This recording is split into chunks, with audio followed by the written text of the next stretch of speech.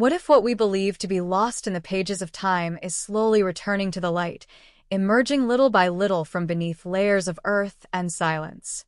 What if history itself has begun to speak again, not through legends or beliefs, but through stone, dust, and undeniable evidence? Every unearthed ruin, every deciphered inscription, every forgotten artifact seems to echo the same message. The Bible is not merely a book of faith. It is a living record of human history. For centuries, many dismissed its accounts as symbolic or mythical. But modern archaeology has begun to answer where doubt once ruled. Forgotten tunnels, seals, palaces, letters, coins, and sacred places have been uncovered for over 100 years, and each one appears to confirm the same truth.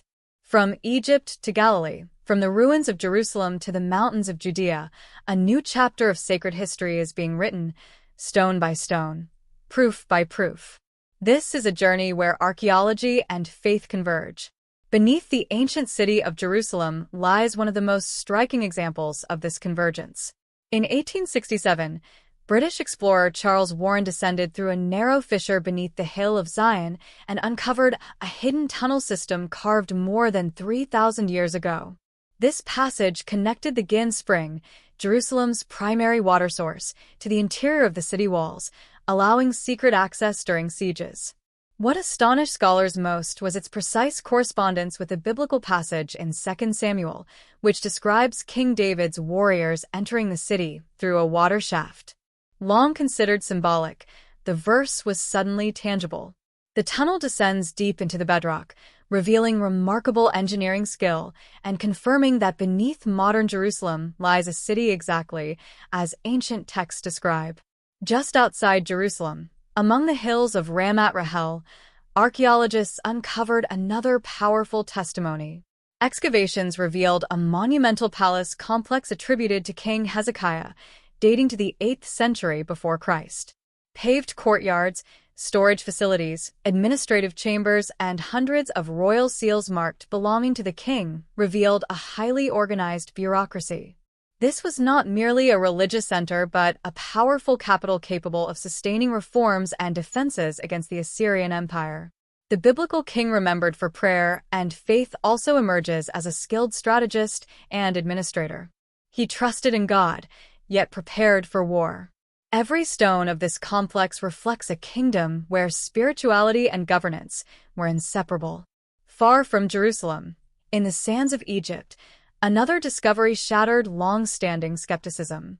A black granite monument erected by Pharaoh Merneptah around 1207 BC records his military victories in Canaan. Among the names carved into the stone appears one unexpected word: Israel. This is the earliest extra-biblical mention of Israel ever discovered.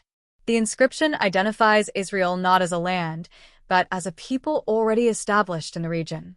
Long before kings and prophets, Israel existed as a recognized entity in the ancient world. A single line carved in stone crossed 3 millennia to affirm what Scripture had recorded all along. As empires rose and fell, human voices continued to leave traces behind.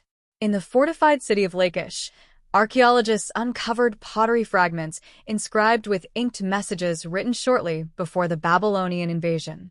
These letters reveal military orders, urgent warnings, and desperate observations of enemy movements. One message speaks of watching fire signals from neighboring cities, noting that one signal had gone dark. The Bible records that those very cities would soon fall. These fragments preserve the final moments of a kingdom on the brink of collapse, capturing fear, duty, and faith in real time. They remind us that biblical history was shaped not only by kings and prophets, but by ordinary men who stood watch until the end. In the small town of Nazareth, archaeology answered another long-standing doubt.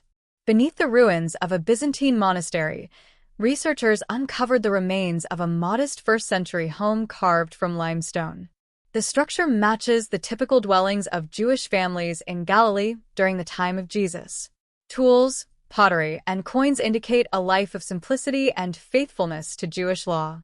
Above this house, early Christians built a shrine, showing that the site had been revered for centuries as the home of Jesus, Mary and Joseph.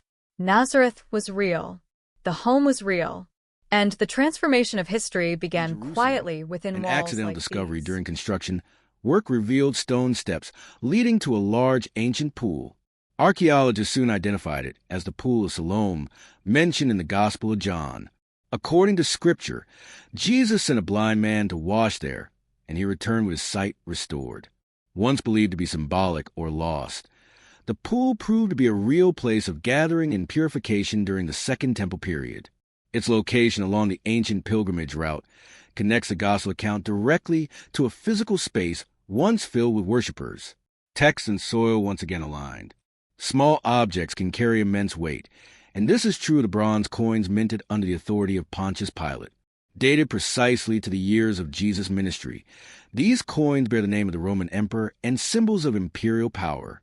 They are the only physical artifacts directly tied to the governor who authorized the crucifixion.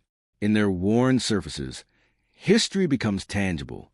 The gospel story unfolded within real political systems, under real rulers, whose authority can still be touched today. On the shores of the Sea of Galilee, the ruins of an ancient synagogue stand as another witness.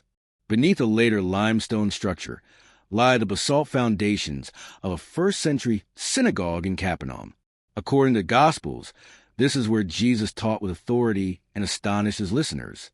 Inscriptions and architectural remains confirm the presence of an organized Jewish community, exactly as described. The setting of Christ's teachings was not imagined. It still stands beneath the same Galilean sun.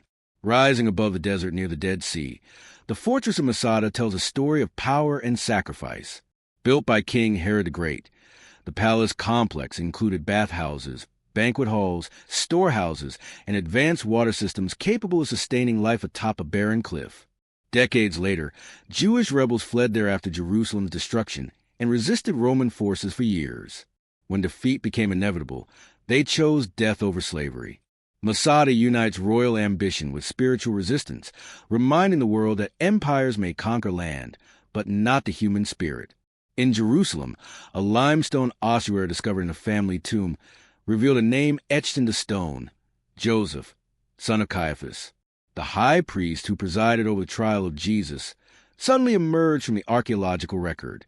The ornate box and the remains inside match historical descriptions of Caiaphas' status and age.